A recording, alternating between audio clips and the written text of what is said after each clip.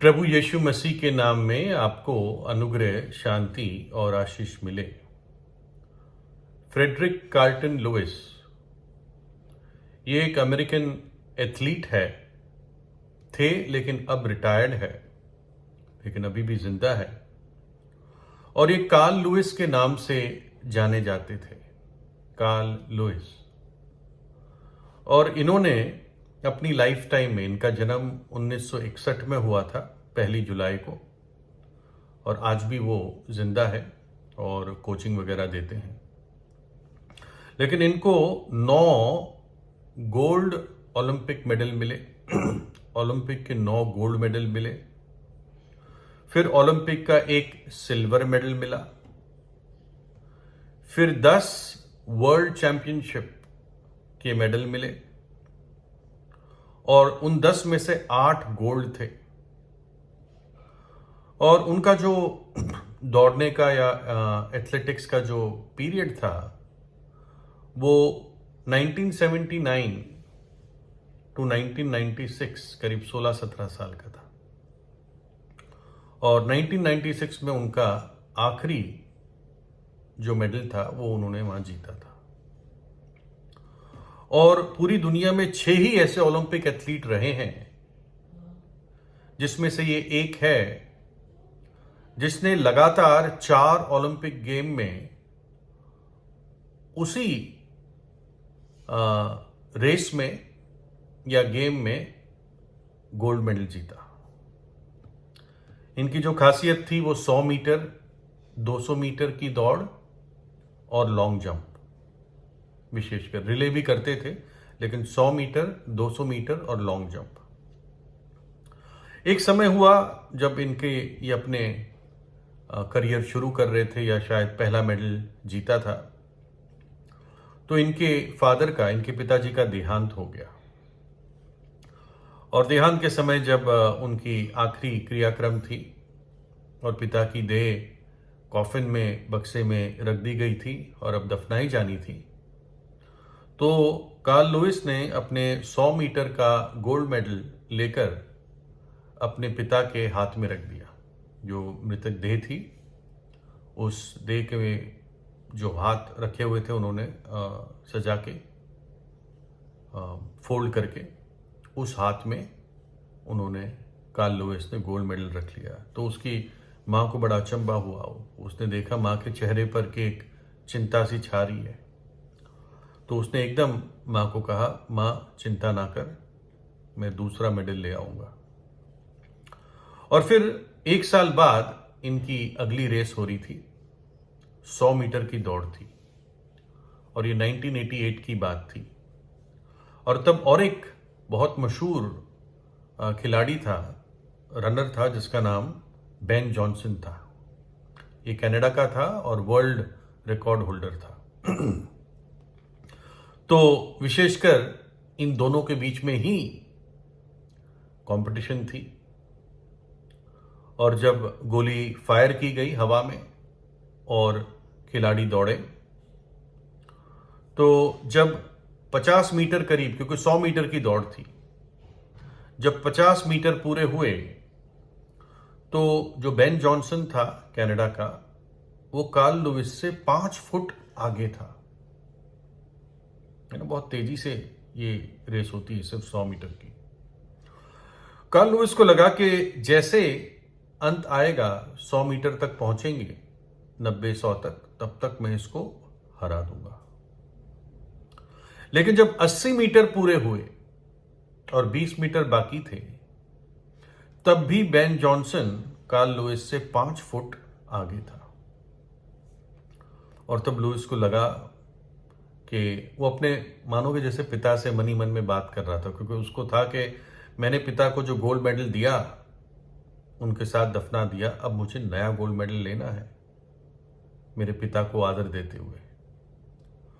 तो अपने मनी मन में कहने लगा कि पिताजी, खत्म हो गया, अब नहीं लग रहा है। और जैसे बेन जॉनसन आखिर तक पहुंचा और वो रिबन को तोड़ रहा था, पहला ही पहुंचा बेन जॉनसन, तो उसने पीछे मुड़कर कार्ल लुइस को देखा मानो कि जैसे तंज कस रहा हो। और फिर अपना जो दाहिना हाथ था उसने एकदम हाथ ऊपर हवा में किया जीतने के बाद, और अपनी पहली उंगली जैसे कि फर्स्ट आया वो उसने हवा में ऐसे हाथ करके दिखाया। और कार्ल लुइस बहुत निराश हुआ, थक भी गया था। और लेकिन उसने एक बात उसकी नज़रों के सामने आई। उसने देखा कि जो बेन जॉनसन जिसने घूमकर देखा कार्ल लुइस को, उसकी आंखें थोड़ी सी पीली थी और उसके जो हाथ के मसल्स थे, जो डौले थे, वो बहुत ही ज़्यादा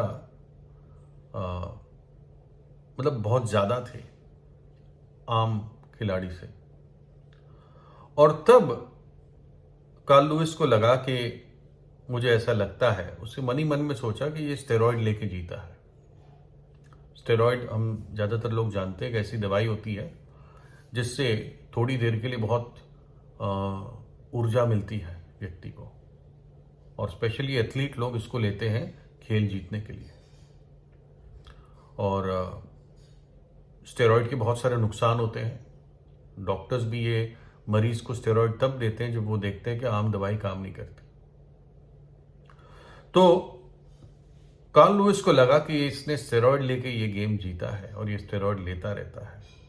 खैर, ये बाद में कार्ल लुइस ने कहा कि जबकि मैं हारा और मुझे मन में ये काफ़ी आश्वासन था, काफ़ी निश्चय था कि ये आदमी स्टेरॉइड लेता है, तो मैंने मन ही मन में सोचा कि मुझे चलो मेडल तो नहीं मिला, लेकिन फिर भी अपने पिता के आदर में मैं अपनी पूरी मेहनत और कोशिश से इस रेस को पूरा कर पाया।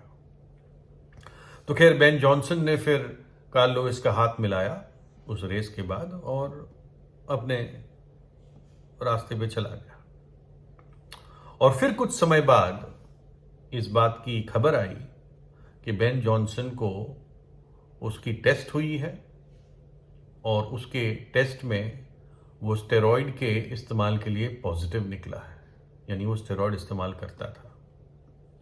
और वो जो उसको गोल्ड मेडल दिया गया था वो बेन जॉनसन से ले लिया गया और अपने आप ही ऑटोमेटिकली वो गोल्ड मेडल कार्ल लुइस को मिला, है ना। और जो उसने अपने पिता को मेडल दिया था और अपनी माँ को उसने आश्वासन दिया था कि माँ चिंता मत कर, मैं दोबारा ले आऊँगा, वो बात पूरी हुई। और ऐसा लगता है कि कार्ल लुइस एकदम हार गया, लज्जित हुआ और अपने पिता के लिए जो चाह रहा था वो नहीं कर पाया। और इसलिए मेरे विचार उसी पुरानी पुरानी सत्य कलवरी की कहानी पर जाते हैं। वो कहानी, वो सत्य जहां पर परमेश्वर के पुत्र ने कलवरी के क्रूस पर अपना प्राण दिया।